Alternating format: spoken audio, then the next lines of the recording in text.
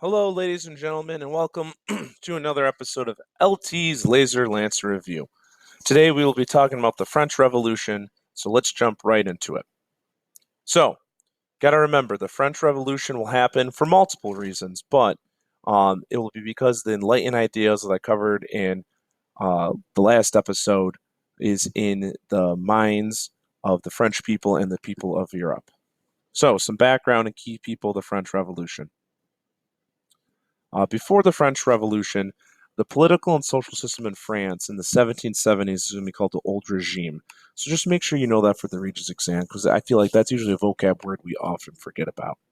And that's going to be when Louis XVI was in power and the monarchy was in power in France. So France is going to be made up of three social classes known as the estates. So when you see a state, think of social classes, and the three estates are going to be, the first estate is going to be the clergy of the church. So bishops and cardinals, they are going to pay little to no tax. They will be up here. And the second estate will be royalty and nobility. They're going to pay no taxes. They will be here. And something for you to remember, that the king, King Louis XVI, will be above all of this, even though nobility is right here. And if you live in the first or second estate, life is good. However, it was more than likely, if you were living in France at this time, you were part of the 97% of the ordinary people that would all be down below here that paid almost all the taxes. The middle class was in there, the bourgeoisie, workers, peasants, everybody other than the clergy and nobility was all in here. They paid all of the taxes, and guess what? They didn't make enough money to pay all of the taxes, as well as they had no say in the government. People don't like it when they have to pay taxes and they have no say in the government. So Louis XVI will be the king at the time. He's the absolute monarch of France during the Revolution, and his wife Marie Antoinette will be his queen, and she is Austrian born, and that'll be important for two reasons. One, most people, when stuff is going on bad in the government, they don't like when foreigners have a say in it, and she'll be a foreigner. And during the revolution, in a little bit, France will go to war with Austria. So, some causes. The French Revolution will start in 1789. The first cause is going to be the ineffective monarchy of Louis XVI. He wants to raise taxes. He does nothing to stop his people starving in the streets, going back to the inequality of the states that we saw in the pyramid above. And the third thing, he really didn't have any control over. It was just more like a perfect storm. The bad harvest of 1789, there's going to be a little bit of a frost that will come in early spring that will stop the crops from growing. Crops don't grow, can't have bread, don't have bread.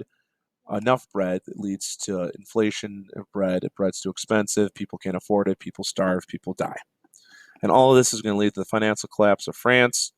Louis is going to spend too much money on himself, and he's going to run out of money, and he's going to call the States General, which is all three estates, never really called them, to a meeting, and he's going to say, hey guys, we need to increase taxes, and we're going to increase taxes on the third estate. And they did not like that, not one bit. They are going to leave. They are going to go to a tennis court, which, as you can see in the painting to the left, and they're going to take the tennis court oath. And that's when they're going to say, we're going to take an oath against the king, and we're going to make our own government. In the same month, the Bastille, which was the old medieval prison where the king's prisoners would be there and they'd be imprisoned or tortured or whatnot. And the people stormed the Bastille, killed one of the guards, killed multiple guards, but took one of the guards, chopped his head off, threw it on a pike, and marched it throughout the streets. That was the beginning of the French Revolution. That was the first time blood was shed in the Revolution, and it will pave the road to what is to come. All right? And again, if I'm going too fast, the nice thing is it's a video and you can just rewind. So let's go into some events. So the best thing, in my opinion, to come out of the French Revolution is the Declaration of Rights of Man and Citizen. It'll be in August of 89. It stated that the rights of man are to be held universally. So all men are equal. The king, the priest, the hobo, the teacher, the fisherman, everyone should have the same amount of rights. Now, going into events, this one you don't really need to know too much for the Regents, but it's just so cool. So there was a group of women called the Fish Ladies because they worked in the fisher markets, and there are these big, bulky women that would gut fishes. That was their job.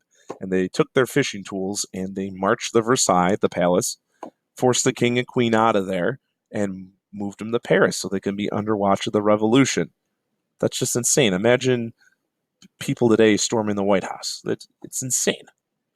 So, France is going to go to war with Austria to get more food. That's not going to work. Remember, the queen at the time is from Austria.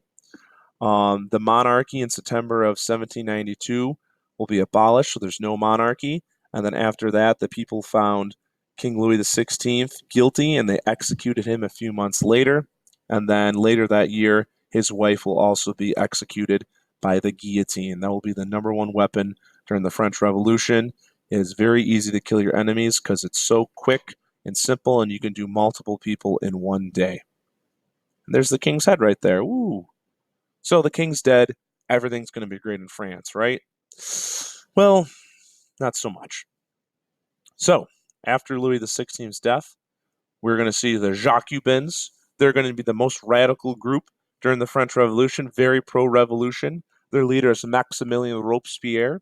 He's going to fight for equal rights, democracy, creation of French government. That's this guy over here. Great guy, right? Well, over time, he got paranoid that he was going to lose his power and the revolution would fade away. And he becomes head of the Committee of Public Safety during something called the Reign of Terror. And it wasn't called the Reign of Terror for nothing. It was a terrible time in France. Anyone that spoke out about the revolution would be executed. Even if you and I were in a room and I said, hey, like, I don't know, I'm sick of the revolution, we'd both be killed because I said that and because you heard me say it, even if you said nothing at all. It's very extreme. And eventually, it's going to come back to bite him. He'll be overthrown by the people, and he will be executed by the guillotine of 1794.